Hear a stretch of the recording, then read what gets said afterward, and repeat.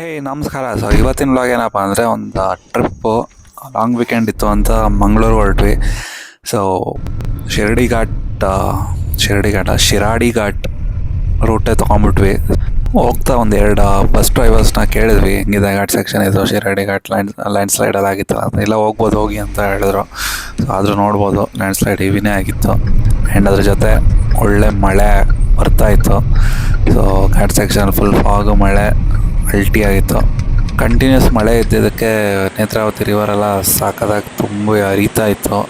So ನೋಡ್ಬೋದು ಈ ಘಾಟ್ ಸೆಕ್ಷನಲ್ಲಿ ಒಂದು ಕಾಣಿಸುತ್ತೆ, ರೈಟ್ ಸೈಡು ಲೆಫ್ಟ್ ಸೈಡಲ್ಲಿ ಸಾಕಾಗಿ ಹರಿತಾ ಇತ್ತು ನದಿ ಫುಲ್ ಫ್ಲೆಜ್ಜಲ್ಲಿ. ಆ್ಯಕ್ಚುಲಿ ನಾವು ಬೆಳಗ್ಗೆನೇ ಬಿಟ್ಬಿಟ್ವಿ ಒಂದು 3 ಗಂಟೆಗೆ. ಸೊ ಇಲ್ಲಿ ಘಾಟ್ ಸೆಕ್ಷನ್ ಹತ್ರ ಒಂದು 6 ಗಂಟೆಗೆ ಇದ್ವಿ. ಸೊ ನೋಡೋಕ್ಕೆ ಒಂಥರ ಸಾಕಾಗಿತ್ತು, ಫಾಗು ಮತ್ತು ಒಳ್ಳೆ ಚಿಲ್ ವೆದರು. ನಿಜವೂ ಸಖತ್ ಎಕ್ಸ್ಪೀರಿಯನ್ಸ್ ಇದು. ಫಸ್ಟ್ ಟೈಮ್ ಇಷ್ಟು ಬೇಗ 3 ಗಂಟೆಗೆ ಬಿಟ್ಟಿದ್ದು ಬೆಂಗಳೂರು. ಆ್ಯಂಡ್ ಅಲ್ಲಿಂದ ರೀಚ್ ಆಗಿದೆ ನಾವು ಕದ್ರಿ ದೇವಸ್ಥಾನಕ್ಕೆ. ಸೊ ಕದ್ರಿ ದೇವಸ್ಥಾನ ದರ್ಶನ ಎಲ್ಲ ಮಾಡಿಕೊಂಡು ನೀಟಾಗೆ. ಸೊ ದೇವಸ್ಥಾನ ಫಸ್ಟ್ ಟೈಮ್ ಹೋಗಿದ್ದು. ಅಲ್ಲೇ ಸ್ನಾನ ಎಲ್ಲ ಮಾಡ್ಬೋದು, ಈ ಥರ ಕೊಳ ಇರುತ್ತೆ. ಜನ ತುಂಬಾ ಇದ್ದರು. ಆ್ಯಂಡ್ ದೇವಸ್ಥಾನವೂ ಸಕ್ಕ ದೊಡ್ಡದಾಗಿತ್ತು. ಫಸ್ಟ್ ಟೈಮ್ ಹೋಗಿದ್ದು, ಒಂದೊಳ್ಳೆ ಎಕ್ಸ್ಪೀರಿಯೆನ್ಸು.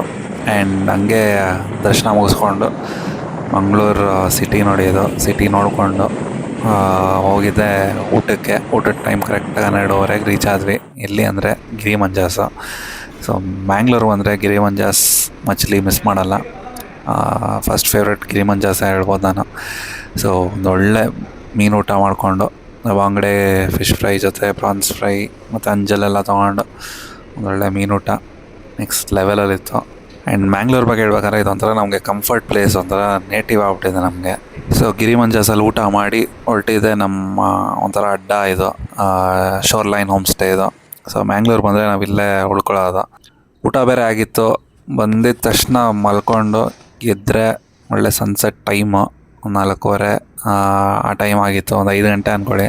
ಸೊ ಒಂದೊಳ್ಳೆ ಕಾಫಿ ಕೊಟ್ಟರು ವಸಂತ್ ಅವರು. ಸೊ ಕಾಫಿ ಕುಡಿದು, ವಸಂತ್ ಯಾರು ಅಂದರೆ ನಮ್ಮ sure line home stay owner. So ಅವ್ರು ನಮ್ಮ ಹಳೆ ಬ್ಲಾಗ್ಸಲ್ಲೆಲ್ಲ ಬಂದಿರ್ತಾರೆ, ನೋಡ್ಬೋದು. ಸೊ ಅಲ್ಲಿಂದ ಕಾಫಿ ಕುಡಿದು ಹೊರಟಿದೆ ಬೀಚ್ಗೆ. ಬೀಚ್ ಎದುರುಗಡೆನೇ ಕಾಣುತ್ತೆ, ನಮ್ಮ ಹೋಟೆಲ್ ಟೆರೆಸ್ಸಿಂದನೇ ಕಾಣುತ್ತೆ. ನಡ್ಕೊಂಡು ಹೋಗ್ಬೋದು. ನಡ್ಕೊಂಡು ಹೋದರೆ ಒಂದು 5 ನಿಮಿಷ ಆಗುತ್ತೆ. ಕಾರಲ್ಲಿ ಹೋದರೆ 2 ನಿಮಿಷ. ಸೊ ಜಸ್ಟ್ ಒಂದು ರೋಡ್ ಹಿಂಗೆ ಕ್ರಾಸ್ ಮಾಡಿ ಲೆಫ್ಟ್ ತೊಗೊಂಡ್ರೆ ಬೀಚು. ಸೊ ಬೀಚಿಗೆ ಹೋಗಿ ಪಾರ್ಕ್ ಮಾಡಿ, ಪಾರ್ಕಿಂಗ್ ಇರುತ್ತೆ, car parking. So car park ಮಾಡಿ ಬಂದಿದೆ ಬೀಚ್ಗೆ. ಒಳ್ಳೆ ಗಾಳಿ, ಮಳೆ ಬರೋಂಗಿದೆ, ತಣ್ಣಗಿದೆ, ಸಖತ್ತಾಗಿದೆ. ಜನರು ಬೇಜಾನಿದ್ದಾರೆ. ಅವತ್ತು ಇಂಡಿಪೆಂಡೆನ್ಸ್ ಡೇ ಆಗಿದ್ದ ಕಾರಣ ಕ್ರೌಡು ತುಂಬಾ ಇದ್ದರು. ಎಲ್ಲ ಮಕ್ಕಳಿಗೆಲ್ಲ ರಜಾ ಅಲ್ಲ. ಸೊ ಜನ ಜಾತ್ರೆ ಆಗಿತ್ತಲ್ಲಿ. ಯೂಶ್ವಲ್ ಡೇಸ್ ಅಂದರೆ ಯಾರೂ ಇರೋಲ್ಲ, ಒಂಥರ ಪ್ರೈವೇಟ್ ಬೀಚ್ ಥರ ಇರುತ್ತೆ.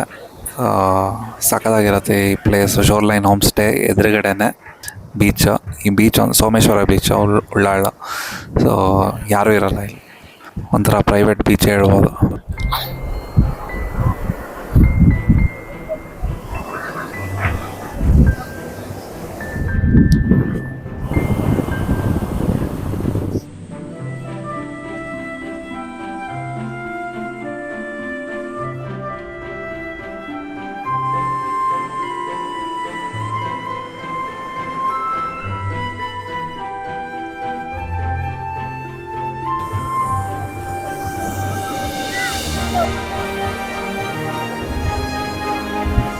ಸೊ ಇಲ್ಲಿ ನೋಡ್ಬೋದು ಫಿಶಿಂಗ್ ಮಾಡ್ತಾ ಇದ್ದಾರೆ. ಚಿಕ್ಕ ಚಿಕ್ಕ ಪ್ರಾನ್ಸ್ ಸಿಗಡಿ ಹಾಕಿ ಫಿಶ್ನ ಬಲೆಗೆ ಬೀಳಿಸ್ಕೊತಾ ಇದ್ದಾರೆ.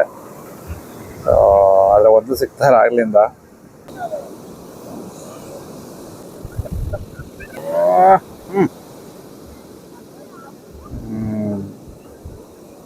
ಹಿಂಗೆ ಬಿಟ್ಬಿಟ್ಟು ಬಂದು ಒಂದು ಕಡೆ ನಿಂತ್ಕೊಂಡ್ಬಿಡ್ತಾರೆ. ಬನ್ನಿ ಫಿಶರ್ ಮ್ಯಾನ್ನ ಮಾತಾಡ್ಸೋಣ. ಇನ್ನು ಯಾವುದು ಸಿಕ್ಕಿಲ್ವಾ? ಮಳೆಯಲ್ಲಿ ಸಿಗಲ್ವಾ? ಸಿಕ್ಕಿದೆ, 3 ಸಿಕ್ಕಿದೆ. ಸಿಕ್ಕಿದೆ. ಯಾವುದು? ಏನು ಮೀನು? ಏಡಿ ಮೀನು. ಏಡಿ ಮೀನು. ಮಳೆಯಲ್ಲಿ ಕಷ್ಟನಾ ಸ್ವಲ್ಪ? ಗಾಳಿ ಉಂಟಲ್ಲ, ಗಾಳಿ ಇದ್ರೆ ಸಿಗಲ್ಲ ಮೀನು. ಎಲ್ಲಿ ಊರು? ಬೆಂಗಳೂರು. ನಿಮ್ದು ಇಲ್ಲನಾ? ಯಾವ ಮೀನು ಸಿಗತ್ತೆ ಸಿಗ್ತಾರೆ? ಏಡಿ, ಕೇಬೇಜಿ, ಹಾಂ, ಮತ್ತೆ ಇದು ಕೊಟ್ಟೈ, ಅಲ್ಲೂರು. ಹಾಂ. ಬಾಕ್ಸಲ್ಲಿ ಇದೆಯಾ ಅಂತ ಮೀನು ನೋಡುವ. ಯಾವುದಿದೆ ಬಾಕ್ಸಲ್ಲಿ ಮೀನು?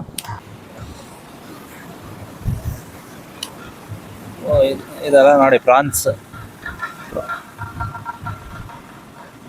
ಹಾಕಿ ಹಿಡಿಯೋದು. ಓ 3 ಮೀನು ಸಿಕ್ಕಿದೆ ನೋಡ್ಬೋದು. ಇದು ಯಾವ್ಯಾವ ಮೀನು ಅಂತ ಗೊತ್ತಿಲ್ಲ, ನಿಮ್ಗೆ ಗೊತ್ತಿರೋ ಕಮೆಂಟ್ ಸೆಕ್ಷನಲ್ಲಿ ಹಾಕಿ. ಅವ್ರೇನೋ ಹೇಳಿದ್ರು, ಅರ್ಥ ಆಗಿಲ್ಲ ಸರಿಯಾಗಿ.